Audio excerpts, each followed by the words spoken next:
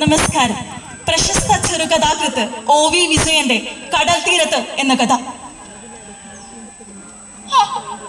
അത് ശരി, ഇവിടെ ഇരിക്കാം. ഇല വെട്ടി പൊതിച്ചോറ് കെട്ടി ഞാൻ എത്ര നേരായി കാത്തിരിക്കണേ. കണ്ണൂർ കൊള്ള വണ്ടി വരാൻ ഇനി അല്പസമയം മാത്രം ബാക്കി. പുറത്ത് വെട്ടം കാണുമേ, ഉള്ളൊരുക. ഞാൻ എങ്ങനെയാ ഓടിച്ച് ഓനെ കാണാം? എങ്ങനെയാ വണ്ടിക്കൂലിക്കുള്ള പൈസ ഉണ്ടായിരുന്നെങ്കിൽ ഏന് വന്നേനെ കൂടെ ചെയ്തിട്ട് ഏവന്മാരോട് പറയണം എന്റെ കണ്ണി ഒരു പാവായിരുന്നെന്ന്, അവനെ ഒന്നും ചെയ്യരുതെന്ന്. ഈ അപ്പൻ ആരോടാ പറയണ്ടേ? ആരുടെ കാലാ പിടിക്കട്ടെ? ആരുടെ കാലാ പിടിക്കട്ടെ? നിങ്ങൾ അറിഞ്ഞോ? നോളെ വെളുപ്പിന് 5 മണിക്കാ തൂക്കിലേറ്റ മുമ്പേ വയറിനായിട്ട് സ്വയം ചാങ്ങാനായിട്ട് ഓരോരുത്തരും തൂക്കിലേറ്റേ.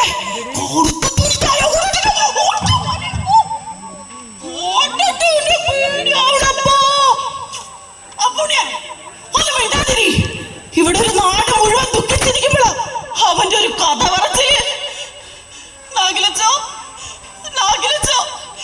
എന്റെ ജീവൻ മതിയാവോ? കണ്ണുണ്ണിക്ക് പകരം ഏമാമാർക്ക് അങ്ങോട്ട് മിണ്ടാതിരിക്കാം. ഈ വരങ്ങളൊക്കെ തരേണ്ടത് ദൈവങ്ങളാ. പ്രാർത്ഥിക്കാം. കണ്ണുണ്ണിനെ കാണാൻ വെള്ളായിപ്പം പോയി കഴിഞ്ഞു. പോണ് എന്റെ മോനെ കാണാൻ. അതെ, ഒന്ന് നിൽക്കോ. ഈ ജയിലിലേക്കുള്ള വഴി എന്നരം മുക്കുറേ കാലൊക്കെ തന്നെ ജയിലിലേക്ക് പോണമ്മ. അതൊക്കെ തപ്പ് ചെയ്താ പോകും. പോലീസുകാർ തന്നെ കൂട്ടിക്കിട്ട് പോന്നേ. മിണ്ടാതിരിക്കടാ മൂപ്പരെ. നേരെ ചെന്നിട്ട് വാലത്തോട്ട് തിരിഞ്ഞ് പോക്ക് നോക്കിയാ ഒരു വലിയ ഗേറ്റ് കാണും. അതന്നെ സ്ഥലം. ഓ, കാലത്തന്നെ വന്നോളും മനുഷ്യന്റെ മനസ്സമാധാനം കളയാനായിട്ട്. ഓ, നാളെ കാലത്താണല്ലേ മൂപ്പര് വരൂ. മകനെ, അപ്പനെന്താടാ ഈ കാണുന്നേ? എന്താടാ ഈ കേൾക്കണേ? അപ്പ ഞാനല്ല, കൊന്നിട്ടില്ല. കോടതിയില് പോലീസുകാർക്ക് തെളിവ് വേണം. അപ്പന്റെ മോന്റെ കയ്യില് എവിടെയാ തെളിവ്? സമയം കഴിഞ്ഞു. മൂപ്പര് പുറത്ത് കിടക്കണം.